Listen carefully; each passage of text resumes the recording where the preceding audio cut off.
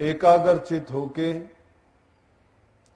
दूसरे ख्यालात को छोड़ के अपने मन को जो वचन कहे जा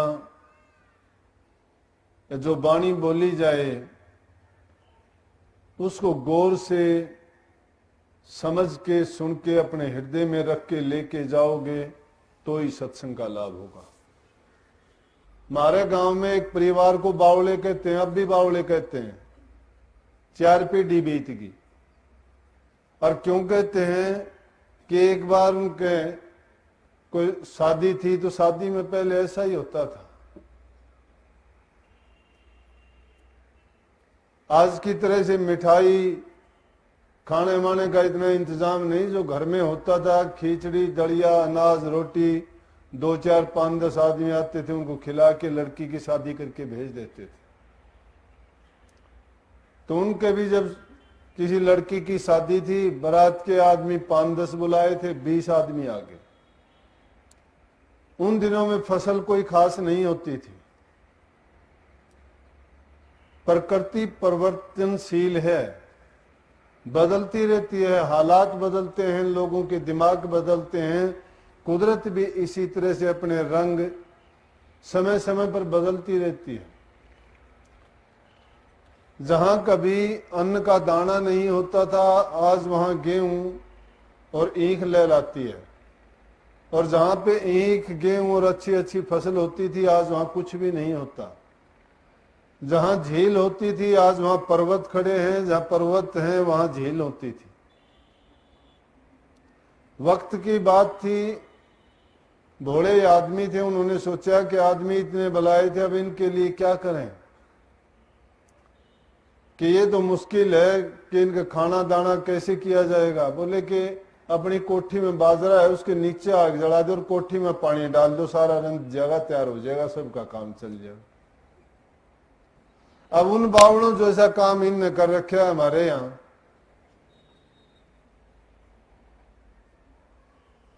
जब एक किसी चीज की व्यवस्था ठीक से नहीं होगी तो क्या होगा। एक चीज तो कहते हैं कि जिसकी शुरुआत अच्छी हो जाए तो समझो आधा काम पूरा हो गया, और जिसकी शुरुआत ही खराब हो जाए तो पूरा होने में तो बहुत टाइम लगेगा। लेकिन आप सत्संगी हो, आप जिस चीज के लिए आए हो वो चीज आपको मैं जरूर दूंगा। ना हमें इंतजाम से कुछ लेना, ना खाने पीने से लेना, ना इस प्रबंध से लेना है। ये तो संसार के झमेले हैं, इसमें चलते रहते हैं। आज दुनिया में देखो, सत्संग नाम की तो चीज एक तरफ हटा के रख दी है। अभी ये बाणी थी कि साधो सत्संग करो रे बनाई। साधो कहते हैं साधना करने वाले प्रेमियों से, जिन्होंने गुरु से उपदेश लेके, मंत्र लेके, नाम लेके जो आध्यात्मिकता के मार्ग पर चले हैं, उनको कहते हैं कि आपने गुरु से दीक्षा ली है तो सत्संग बनाओ। मैंने पहले भी ऐसे वचन फरमाए हैं कि सत्संग में आप सत्संग देखने के लिए ना आओ। जो मैंने बात बताई कि ये कमी है, ये सत्संग देखने की बात है तो सत्संग ही, लेकिन ये देखी गई है, ये बात सत्संग की थी। न सत्संग सुनने के लिए आओ। सुनने का मतलब तो सभी सुनोगे, चाहे ध्यान यहां है या नहीं है। आप शारीरिक रूप से यहां उपस्थित रहोगे, वचन जो मैं बोल रहा हूं आपको अच्छी तरह सुनाई देंगे, चाहे सड़क के पार बैठ जाओगे तब भी सुनाई देंगे। लेकिन उस सुनने का फायदा क्या होगा, जब तक उन वचनों को सुन के आपने अपने हृदय में नहीं रखा और उनको क्रियान्वित नहीं किया, अपने जीवन में नहीं अपनाया। गुरु और शिष्य का और कोई नाता नहीं होता। गुरु शिष्य को उपदेश करता है, शिष्य को उसको मानना चाहिए। गुरु का काम देना है तो शिष्य का काम लेना है।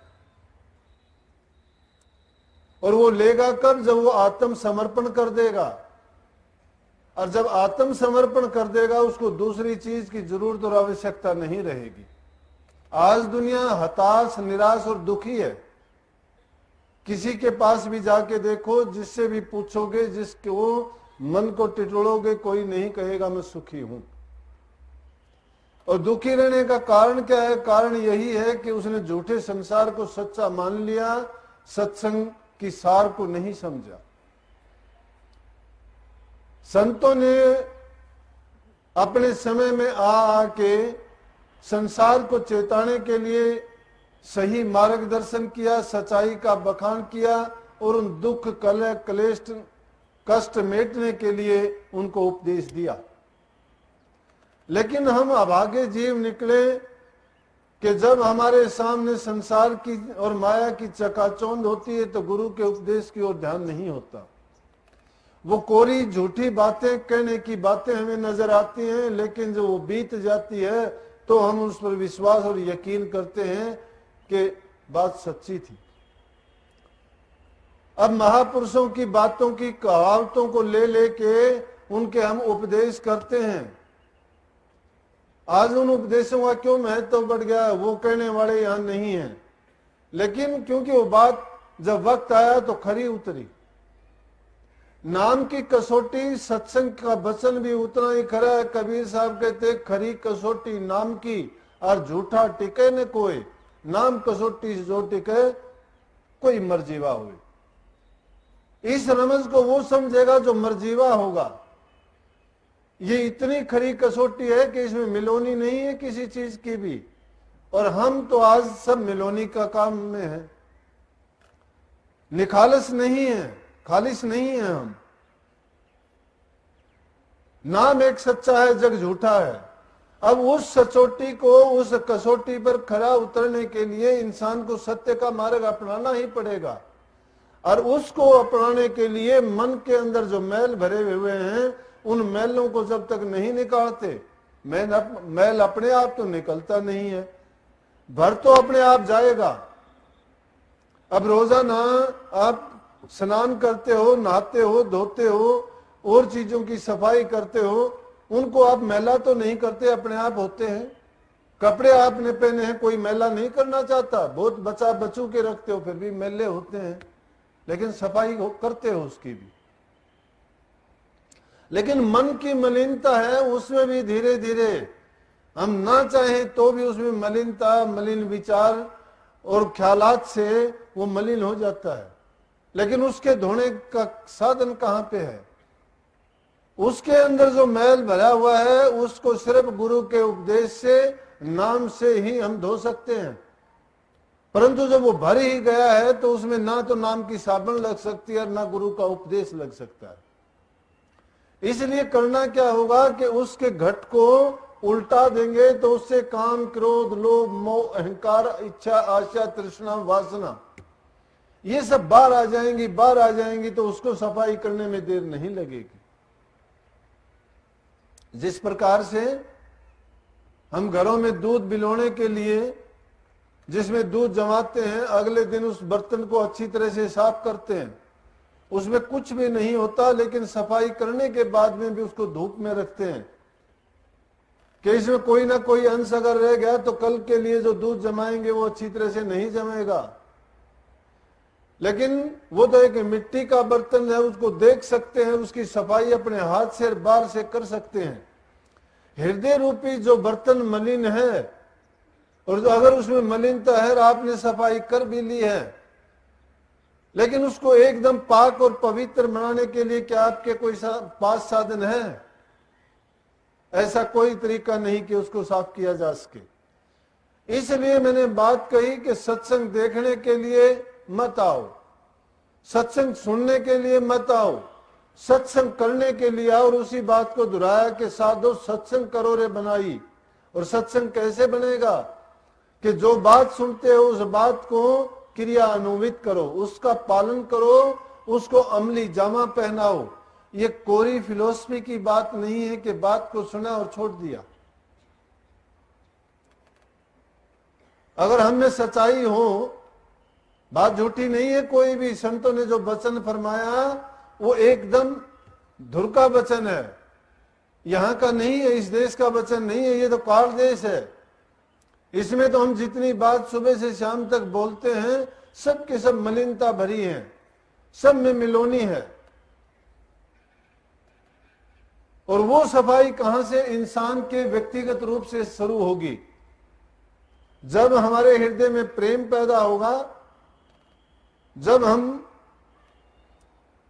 आत्मसात कर लेंगे, अपने आप को पहचान लेंगे, तो हम अपने साथ वालों के साथ भी अच्छा व्यवहार करेंगे। व्यक्तिगत जीवन में जिसके खुशी नहीं है, शांति नहीं है, उसका पारिवारिक जीवन भी सुखी नहीं होगा। और जिसका व्यक्तिगत जीवन सुखी है, जिसके दिल में प्यार है, प्रेम है, सच्चाई है, उसके परिवार में भी वो सच्चाई और अच्छाई मौजूद हो जाएगी। क्योंकि जिस प्रकार का हम व्यवहार करते हैं, जो बोलते हैं, जो करते हैं, वैसा ही हमारे पास रहने वाले, हमसे सीखने वाले वही सीखेंगे और वही व्यवहार वो बाहर जाके करेंगे। तो परिवार से वो बात समाज में जाएगी और समाज से देश विदेश से वो पूरे संसार में फैलती है। इसलिए सबसे पहली जरूरत है कि इंसान व्यक्तिगत रूप से अपने आप को सुधार ले। आज सबके सब नाते बर्बाद हो रहे हैं।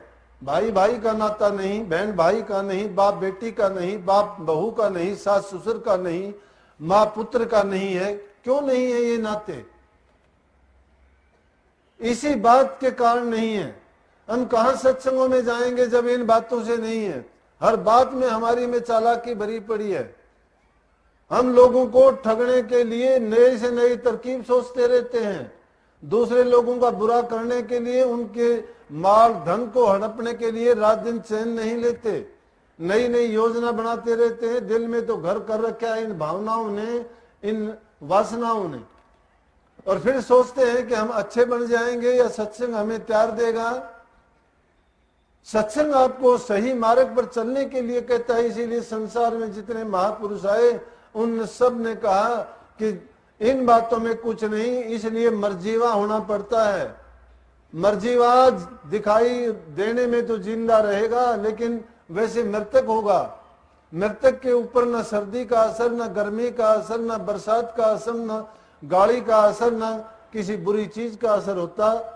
उसके लिए अच्छाई बुराई सब समान हो जाते हैं। मुर्दे आदमी को किसी चीज का एहसास नहीं होता। इसलिए संत मत में ये बात सिखाई जाती है कि तुम जिंदा तो हो, लेकिन जिंदा किसी संसार के लिए जिंदा नहीं, उस मालिक की तरफ से जिंदा रहो। अपने आत्मिक रूप से जिंदा रहो। अपनी आत्मा को और अपने मन को पवित्र रखने के लिए, पवित्र करने के लिए तो उस नाम की जब ओट ले लोगे और संसार की वासनाओं से दूर हट जाओगे, उनका जब असर नहीं रहेगा आपके ऊपर कि कौन क्या कहता है, क्योंकि सही मार्ग चलते हुए कोई गिरता है तो उसके गिरने में दोष नहीं है। वो फिर उठेगा तो भी उसी मार्ग पर चलेगा। लेकिन गलत रास्ते पर जो चलता है वो गिरता है, उठता है, लेकिन वो अपनी मंजिल को कभी नहीं पा सकता। लेकिन ये बात नहीं, कई बार ऐसे हालात हो जाते हैं कि आदमी मजबूर होता है ऐसा करने के लिए। कई बार ऐसे हालात होते हैं कि उनको बर्दाश्त करना बड़ा, मैं कहूंगा, आपे से बाहर हो जाता है।